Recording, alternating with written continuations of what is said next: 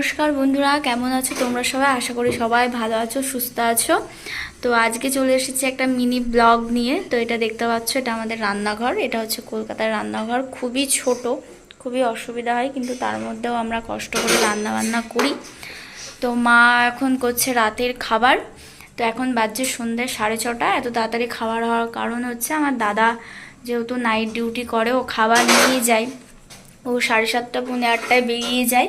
তো তার জন্য আমাদের খাবারটা তাড়াতাড়ি করে নিতে হয়।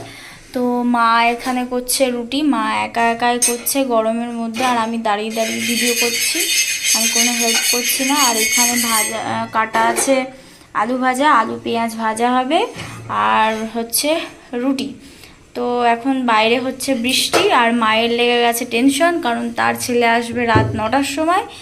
তো সে এখন থেকেই টেনশন করছে। তো আমি বললাম কোনো টেনশন করো না, ঠিকভাবে বাড়ি চলে আসবে। তো